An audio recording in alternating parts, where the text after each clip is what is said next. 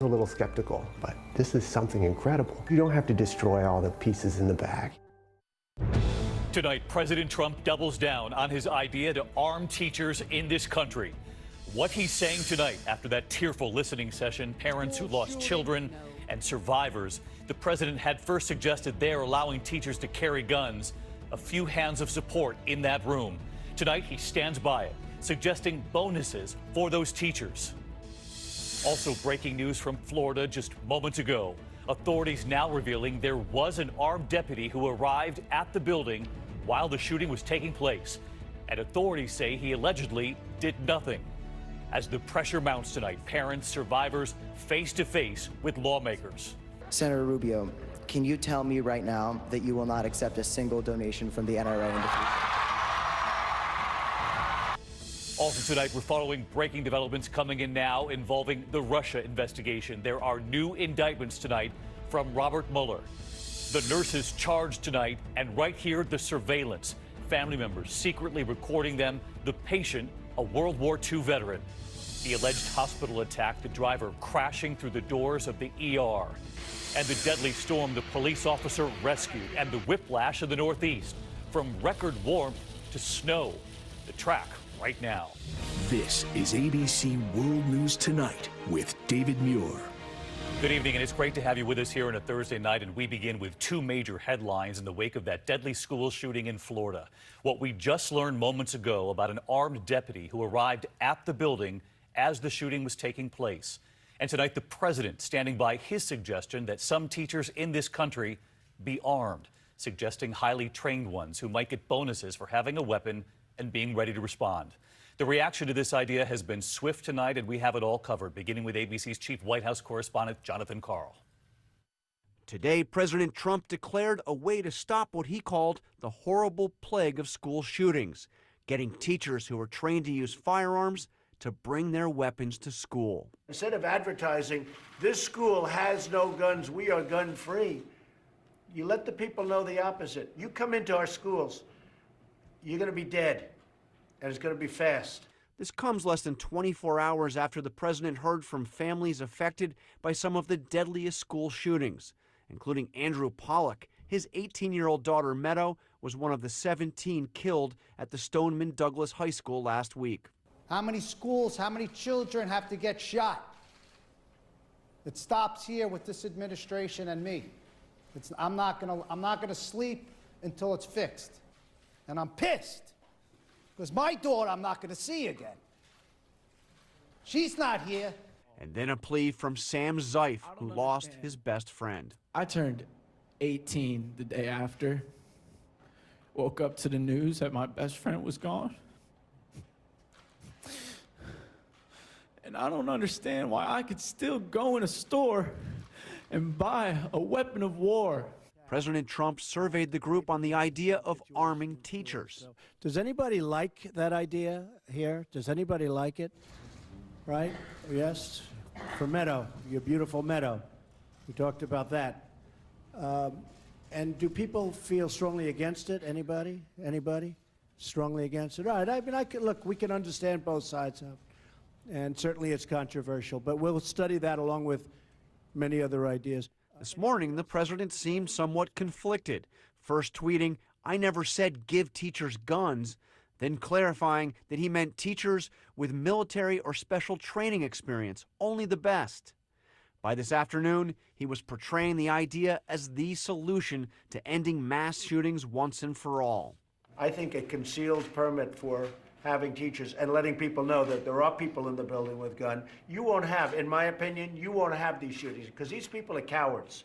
He even suggested giving bonuses to teachers willing to bring concealed weapons to school. They have to go to training, I would say every 6 months or every year. They have to have a fairly, really a rigorous course in what they're doing. And they should be paid extra money. Those teachers should be paid extra money. So they get a bonus, and they'd love getting that bonus, too.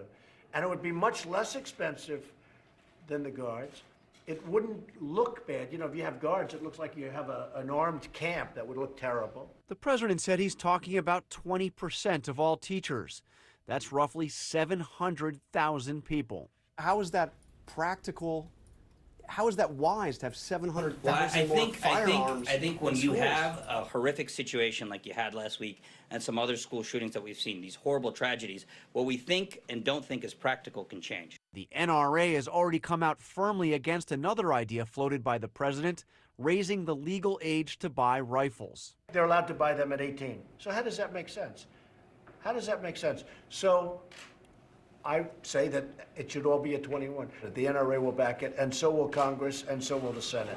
The president calls the NRA patriots, suggesting he'll convince them to support raising the age. But today, NRA leader Wayne LaPierre accused gun control advocates of exploiting the tragedy. His focus, putting armed guards in every school. They all must come together to implement the very best strategy to harden their schools, including effective, trained, armed security that will absolutely protect every innocent child in this country. So let's get to John Karl with us live tonight from the White House. And John, the president sticking by his idea that some teachers be armed in this country. And today the president talked about those who were in his job before him, who he said did not take action.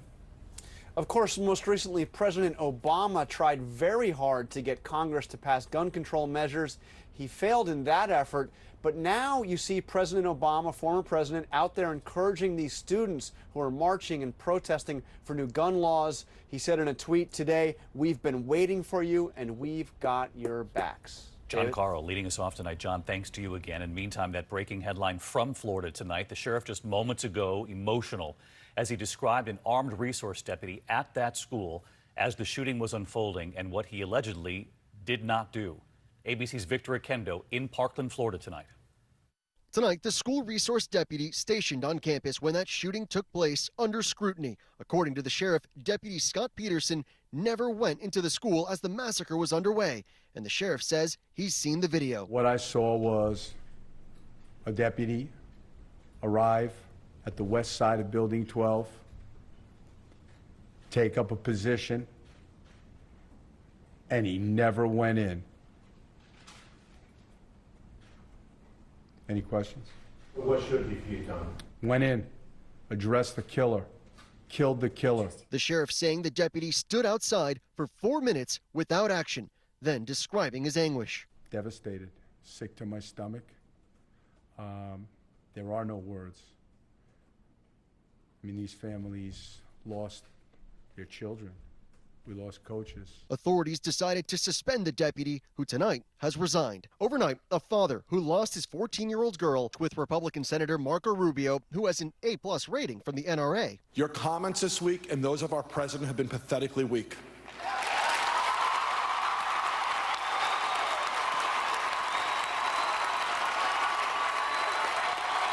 It's been 8 days since Fred Guttenberg lost his daughter, Jamie.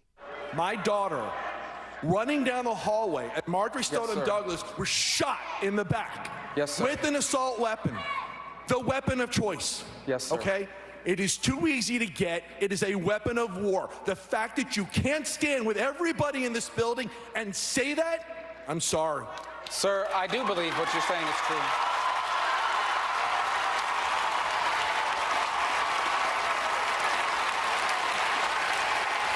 Rubio did tell the audience he would support raising the age limit to buy an AR-15 and weapons like it and wants to fix federal background checks.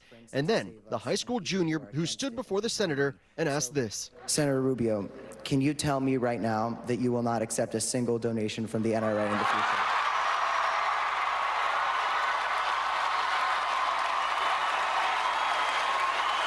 The answer to the question is that people buy into my agenda. And I do support the Second Amendment. And I also support the right of you and everyone here to be able to go to school and be safe during my time there. NRA money? More NRA money? That is the wrong way to look. First of all, the answer is people buy into my agenda. You can say no. Second. In the meantime, all deputies stationed in Broward County schools will now be armed with AR-15s. But that sheriff saying beyond that, more weapons are not the answer. I don't believe teachers should be armed. I believe teachers should teach One teacher here today agreed, saying she would not want to be armed. In that moment, the teachers are shielding the students, literally throwing themselves on top of the kids and trying to comfort them. They don't have time to react to, oh my gosh, let me go into this locked cabinet and get a gun. Not every teacher agrees. This one in Salt Lake City. If I can carry a gun in school and protect anyone in my classroom, then I will. A lot of opinions on this. Victor Oquendo with us live tonight from Parkland. And Victor, two major teachers unions now issuing strong opinions on this. David, both unions responding, one saying that anyone who pushes arming teachers doesn't understand teachers and doesn't understand the classrooms. Another one saying that anyone who is trying to bring in more guns into classrooms, that will do nothing to protect students or educators from more gun violence. David. Victor Oquendo in Parkland. Victor, thank you. And one more development on this tonight. Since the deadly shooting in Parkland, Florida, 8 days ago, we have learned of several threats or possible school plots thwarted. And tonight, yet another one. In Leonardtown, Maryland, 2 students arrested for allegedly making a mass threat against the high school. Authorities revealing they've recovered semi-automatic rifles, handguns, and other weapons. They are now charged with a threat of mass violence. And tonight, take a look at this map showing some of the other threats where authorities have become aware of a possible threat against schools in just recent days. The group Educators for School Safety Network, which tracks these numbers, says it normally records an average of 10 threats a day. In the past week, they have recorded 50 threats a day. In the meantime, tonight, we do move on to other news and a major new development in the Russia investigation. Special counsel Robert Mueller filing new charges against 2 former Trump campaign officials, Paul Manafort and Rick Gates. And the major question tonight, is Rick Gates considering entering a plea, cooperating with Mueller? Here's ABC's Chief Justice correspondent Pierre Thomas tonight. Former Trump campaign chairman Paul Manafort and his deputy, Rick Gates, tonight facing new charges as the special counsel turns up the heat in his investigation. A new 32-count superseding indictment just filed tonight, adding new charges of tax evasion and bank fraud to the previous charge of money laundering brought last October. Manafort and Gates accused of funneling $75 million into offshore accounts, then hiding $30 million of it from the Treasury Department. Much of the money allegedly coming from Ukrainian politicians with close ties to the Kremlin. Prosecutors say that Manafort and Gates laundered millions and failed to pay taxes in order to live lavish lives, including spending more than $500,000 at a clothing store in Beverly Hills and more than $200,000 on 4 Range Rovers. And they claimed that some of the fraud took place while the 2 were part of the Trump campaign. The new charges come at a highly decisive moment in the investigation, as questions mount about whether Gates will enter a plea deal and flip to cooperate with investigators. And Pierre Thomas with us tonight live from Washington. And Pierre, both Manafort and Gates have pleaded not guilty, but you have reported here that Gates has been involved in talks about a possible plea deal and possible cooperation with Mueller. David, until now, those talks have been inconclusive. But make no mistake, tonight Gates is under incredible pressure. Even before these new charges, he was facing up to 20 years in prison. And David, he has a very young family. Pierre Thomas live in Washington with us again tonight. We're going to turn next here to that slow-moving storm front, ice, snow, flooding, rain, triggering weather alerts in 20 states, from Texas all the way up to New York. A fire truck in Oklahoma City skidding on icy roads, flipping onto its side there. And near Pittsburgh, a police officer rescued from his patrol car after being trapped by rising floodwaters there. So let's get right back to meteorologist Rob Marciano with us again tonight, tracking it all for us. Hey, Rob. Hey, David, even though temperatures here in the Northeast have dropped 40 degrees since yesterday, the pattern elsewhere really hasn't changed. Check it out, the jet stream in the same spot. We've got flash flood warnings happening right now across Little Rock, the rain in through Missouri, snow from Nebraska through Wisconsin. The heavy rain tomorrow, though, in through Cincinnati, across the Ohio River in the morning. Another round develops across Northeast Texas, in through tomorrow night across the Mississippi. Saturday, the kicker system will bring in severe thunderstorms right over the flood zone, another 3 to 5 inches on top of what they've already seen, saturated soils and certainly rivers that can't take any more water. David? Rob Marciano with us again tonight. Thanks, Rob. And next year, the terrifying moments in the emergency room at a hospital in Middletown, Connecticut. A man crashing his car right through the door, then setting himself on fire. ABC's Gio Benitez in Connecticut tonight. Tonight, a scary scene playing out at a Connecticut hospital. Attention car 3, Middlesex Hospital, 28 Crescent Street at the ER. Car into the building reported on fire. Police say 27-year-old Stephen Ellum crashed into the entrance of the Middlesex Hospital's emergency room. Fire. Mr. Elam drove into the sliding glass doors of the walk-in entrance to Middlesex Hospital on Crescent Street. At that point, he set himself on fire. Inside the car, gas cans, the incident triggering precautionary evacuations around